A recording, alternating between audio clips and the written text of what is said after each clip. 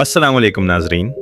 शाम गरीबा एक ऐसा लफ्ज़ है जिसे सुनने के बाद जहन में अजीब व गरीब ख्यालात आने लगते हैं और जहन में हज़ारों ऐसे सवाल पैदा हो जाते हैं जो इंसान को तजस्सुस में डाले रखते हैं। इन्हीं में से एक सवाल ये भी है कि शाम गरीबा में क्या होता है और शिया हजरात रात को लाइटें बंद करके कौन सा शर्मनाक काम सर अंजाम देते हैं। लिहाजा दोस्तों, इन्हीं सवालों को मद्देनज़र रखते हुए हमने फ़ैसला किया कि आपको इस हकीकत से आगाह किया जाए, तो आप इस वीडियो को आखिर तक लाजमी देखिएगा।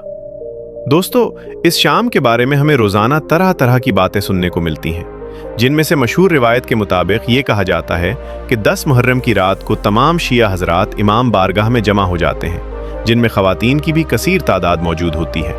और जब तमाम लोग इमाम बारगाह में जमा हो जाते हैं तो इस दरवाजे को ताला लगा दिया जाता है, जिसके बाद एक शिया आलिम मजलिस पढ़ता है और उसके साथ ही बत्तियां बुझा दी जाती हैं और फिर मर्द व ज़न मिलकर शर्मनाक काम सरअंजाम देते हैं, जिससे पैदा होने वाले बच्चे को शिया ज़ाकिर बनाया जाता है। दोस्तों, इसके अलावा शिया हजरात के बारे में ये भी कहा जाता है कि शिया बच्चों को अगवा करके उनका खून अपनी नियाज़ों में डालते हैं और फिर यही नियाज इंतहाई शौक से तकसीम करते हैं। नाजरीन, अब अगर हकीकत की बात की जाए तो ये तमाम बातें बिल्कुल मनगढ़ंत और फजूल है, जिनका कोई सर पैर नहीं है, बल्कि ये तमाम बातें अमन को ख़राब करने की एक साजिश हैं और बदकिस्मती से हम रोज़ बरोज़ इस साजिश का शिकार होते चले जा रहे हैं। जबकि इससे भी ज़्यादा अफसोसनाक बात यह है कि हमारे कुछ नाइल्म दोस्त 10 मुहर्रम को इमाम बारगाह के बाहर सिर्फ इस इंतज़ार में खड़े होते हैं कि वो भी अपना कुछ हिस्सा डाल सकें, लेकिन ऐसा कुछ नहीं होता।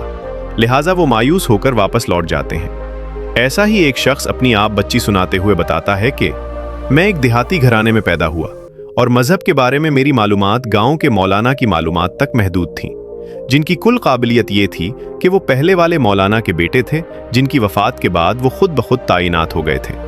लिहाजा मुझे रोज़ शियों के मुताल्लिक कुछ न कुछ ऐसी बातें मिलती जो मुझे पस्तरेशान करके रख देती, जिनमें से एक शाम गरीबा भी थी, जिसके बारे में हमारे मौलवी साहब बहुत गलत जहनीत रखते थे। वो बताता है कि जब मैं मैट्रिक के बाद कॉलेज में दाखिल हुआ तो पता चला कि हमारे एक हम जमात का ताल्लुक अहले तशय्यो से है। पहले तो मैंने तजस्सुस से उसे देखा, बल्कि बगौर देखा तो वो नॉर्मल इंसान ही लगा। लेकिन कुछ अरसे बाद हम 3 दोस्त बैठे थे कि वो लड़का भी हमारे पास आकर बैठ गया। लिहाजा मैंने मौका गनीमत जाना और मौलवी साहब की जानिब से की गई तमाम बातें पूछना शुरू कर दी। मैं सब कुछ बोल चुका तो इसका चेहरा सुर्ख हो चुका था, मगर उसने फ़कत इतना कहा कि ये सारी बातें गलत हैं और उठकर चला गया।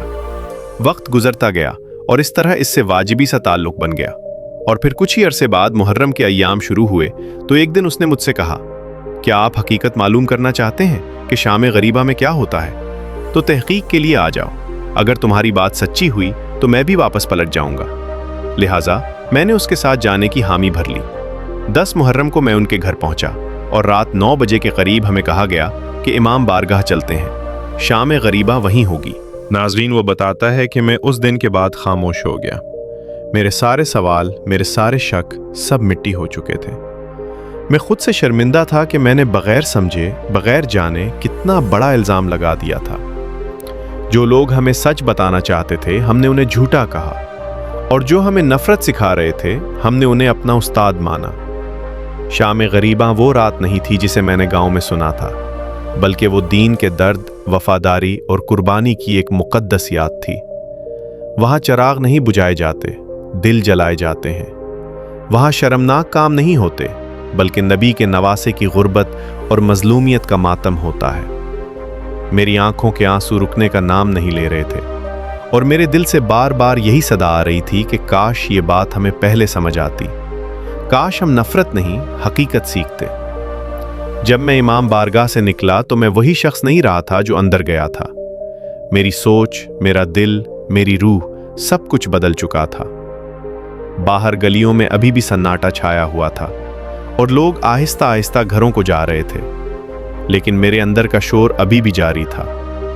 मुझे अपने आप से नफरत हो रही थी कि मैंने ऐसी मुक़द्दस रात के बारे में कैसे कैसे ख्यालात पाल रखे थे। लेकिन फिर एक इत्मीनान भी था कि कम से कम अब मैं सच जान चुका हूं। मैंने हकीकत को अपनी आंखों से देखा, अपने कानों से सुना और अपने दिल से महसूस किया। नाजरीन, याद रखिए कि रसूलुल्लाह सल्लल्लाहु अलैहि वसल्लम ने फरमाया, हुसैन मुझसे है और मैं हुसैन से हूँ। अल्लाह उससे मोहब्बत करता है जो हुसैन से मोहब्बत करे। हदीस पाक से हमें ये सबक मिलता है कि मुहर्रम का महीना सिर्फ गम का नहीं, बल्कि रसूलुल्लाह के नवासे की अजीम कुर्बानी को याद करके उससे सबक लेने का महीना है। ये महीना हमें सब्र, वफादारी, तकवा और जुल्म के खिलाफ डट जाने का पैगाम देता है।